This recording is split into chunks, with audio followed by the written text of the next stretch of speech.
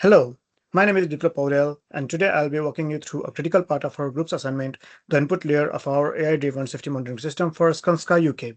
As you know from our document, Skanska operates high-risk sites like access to London tunnels and the FO28 road improvements.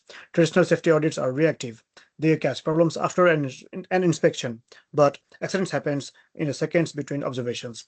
So our proposed solution is a real-time AI system that acts like a never-retiring safety supervisor. But before the AI can detect risks or predict hazards, it needs data. In fact, the quality of AI's input output depends entirely on the quality of variety of its inputs. So let's deep dive into the what data flows into our processing layer. Our first and foremost powerful input sources is CCTV footage. Skanska directly already has its cameras for security, but we're repurposing them for intelligence. From this video stream, the system extracts three specific types of inputs. First, the object detection inputs. The AI looks for safety vests, hard hats, and barriers. It doesn't just see them, it counts how many workers are wearing PPE and logs exactly where they are located on the site. Secondly, the skeletal tracking inputs. This is very fascinating. The AI maps 20 to 25 key joints on each worker's body, such as shoulders, elbows, knees, ankles, and many more. This creates a real-time stick figure model. The input here is not a face or an identity, but a posture signature. Is the worker lifting or with a straight back, or are they bending dangerously? The system captures joint angles as a numerical data. And third, proximity inputs. By analyzing camera perspectives, the system calculates how close a worker is to a dangerous zone, like the edge of an excavation or within 3 meters of a moving crane. All of these visual inputs are processed immediately. And here's the key ethical point from our document. We never send facial data to AI. Faces are blurred at the input stage, protecting the worker privacy while still detecting safety violations. Our second major input category comes from the physical sensors, and this is where we move beyond what humans' eye can see. First, the environmental sensors on site feed data on air quality, temperature, humidity, and ground wetness. We also pull live weather data because a risk score on a sunny day is very different from the same zone during a heavy rainfall. Secondly, the equipment sensors on vehicles and cranes input vibration patterns and load weights. The system looks for unusual machinery vibration that could signal an impending failure. Third, and most powerful, wearable sensors. These are optional voluntary devices that worker can choose to use or not to use. They input biometric data like heart rate variability and skin temperature, which can indicate a fatigue or heat stress. A tired worker makes more mistakes than the workers who are not tired. By inputting fatigue indicators, the AI can suggest a rotation or a rest break before the accident occurs. The fusion of these three sensor systems, environment, equipment, and body, creates a complete risk picture that no manual audit could ever do. Finally, our system doesn't just react to the present, it learns from the past. So our third input category is historical and textual data. We feed in past accidental reports and near miss logs and toolbox talk minutes. The system extracts recurring risk themes. For example, if a scaffolding handrail appears a near miss zone and reports it 3 times in 1 week, then that becomes some thing that we need to look into it. We also input operational schedules, shift start time, planned overtime, and night work. This becomes a time series inputs for our predictive model. When you combine a night shift with a heavy rainfall day and a history of Monday morning accidents, then AI can issue a dynamic risk score for 24 hours in advance. These three inputs categories, videos, sensors, and historical data work together in our flowchart. You'll see them feeding directly into the processing layer, where the AI turns raw data into a life-saving alerts, and that's all with me. Thank you very much. Now, rest of the presentation will be done by our friends. Thank you very much.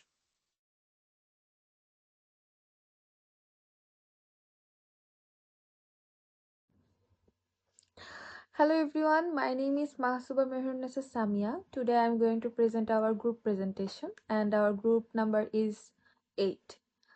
So my part is Unified Data Lake. In this part of the presentation, I will be explaining the Unified Data Lake, which is core component of our AI-driven safety monitoring system for construction sites. To start with, think of the United Data Lake as the central storage and integration hub of the entire system. It is where all incoming data is collected, stored, and prepared for processing. Without this layer, the rest of the AI system wouldn't function effectively because all the data would remain scattered and inconsistent. Now, if we look at the diagram, you will notice that data is coming from multiple sources. This includes visual surveillance like CCTV cameras and drones, wearable sensors such as PPE, compliance trackers, and biometric monitors, environmental sensors measuring air quality and noise levels, IoT equipment data like machine uses and vehicle telemetry, as well as external data such as weather APIs and historical records. Each of these data sources produces information in different formats and at different speeds. For example, CCTV footage is continuous video data, while environmental sensors might send small data points every few seconds. This is where the unified data lake becomes essential. The unified data lake performs two key functions. Firstly, it stores all incoming data in one place. This includes both real-time streaming data and historical batch data. By doing this, it eliminates data silos and ensures that all information is accessible from a single system. Second, it supports both real-time and batch processing. Real-time processing is critical for safety scenarios. For example, detecting a worker without proper PPE or identifying a hazardous movement instantly.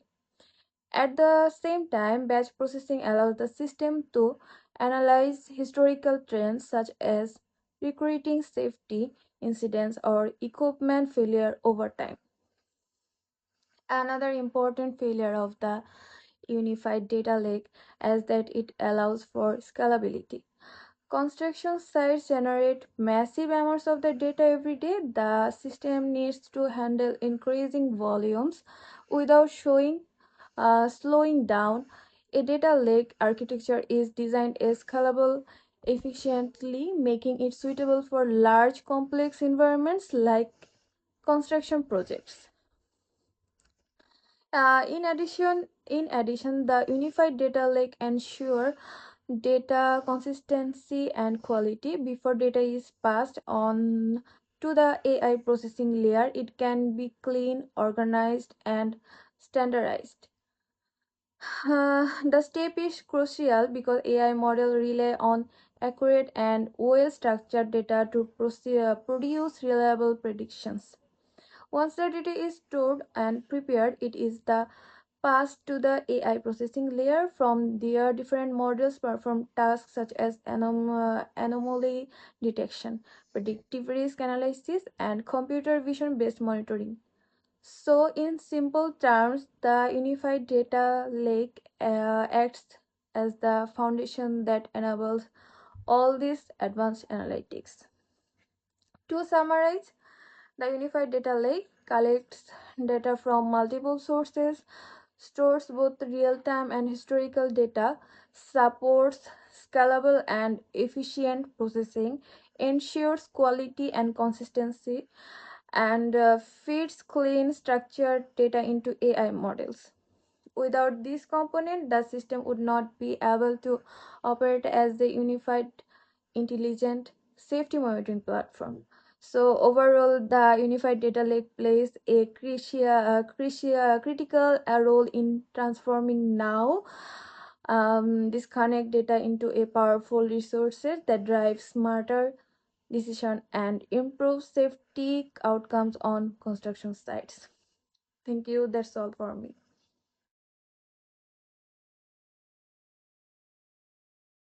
Good evening. My name is Shukanta Roy, and today I will explain the AI processing layer, focusing on the AI models processing data section.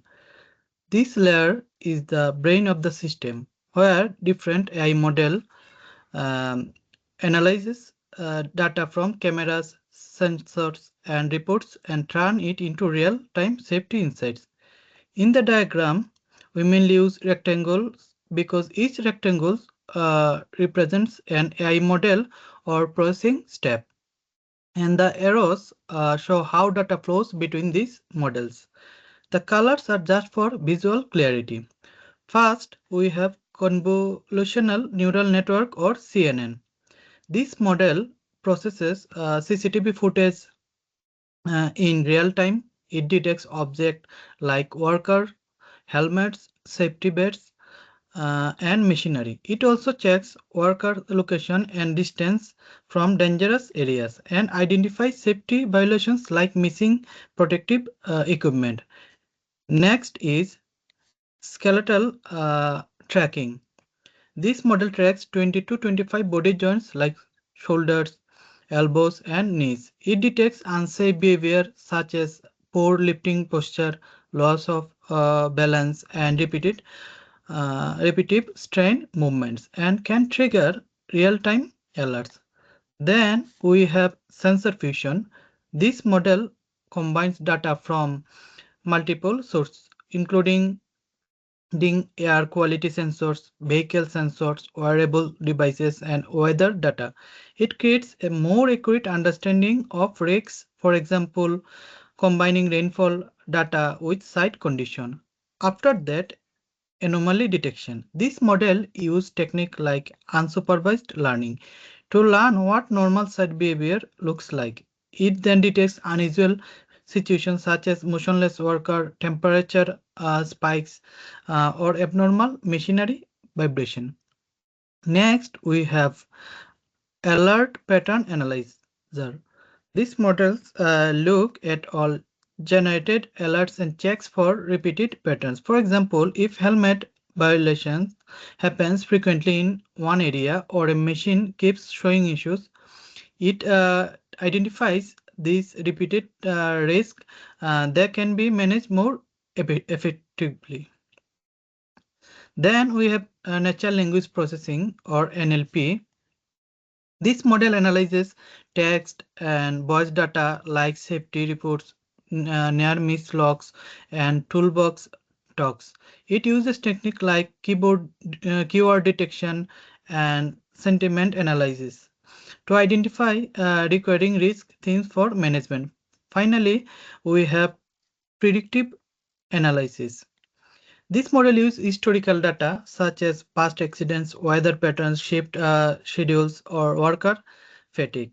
It applies time-based model to generate risk score for different site areas, helping teams take action before accident happen. So overall, in this AI processing layer, rectangles to represent AI models, arrows to show the flow of data. All these models work together to transform raw data into intelligent real-time safety decision. Thank you. Hello everyone. I will explain the dynamic risk scoring engine, focusing especially on how the risk decision logic works, which is the most important part of this component. The engine first collects input from different AI systems such as computer vision, sensor anomaly detection, and predictive models, and combine them into a single risk score between 0 and 100. This score is calculated using weighted factors like environmental risks, behavior risks, equipment risks, and historical or predictive risk, giving a complete and real-time view of the situation. The decision logic begins once this score is generated. The system compares the score against predefined threshold ranges to classify it into medium, low, or high risk. For example, a score between 0 and 40 is considered a low risk.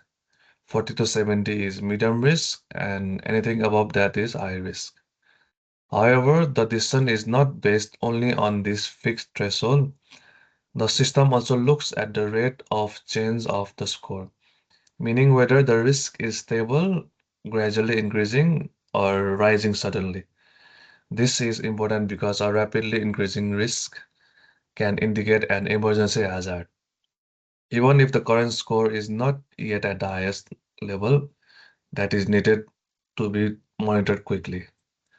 In addition, the system considers the type and combination of risk factor. For instance, if multiple risks occur at the same time, such as unsafe worker behavior combined with equipment malfunction, the system may escalate the risk level more quickly. This reflects real-world conditions where accidents often happen due to combination of small failures rather than a single issue.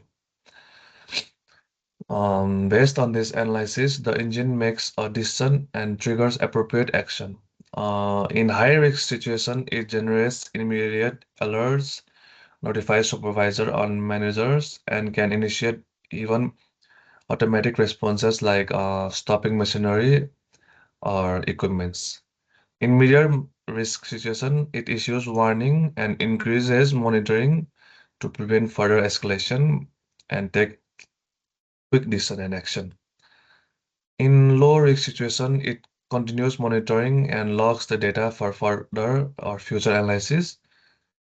The system also adjusts alert severity and frequency, ensuring that critical risks receive urgent attention while avoiding unnecessary or repetitive alerts.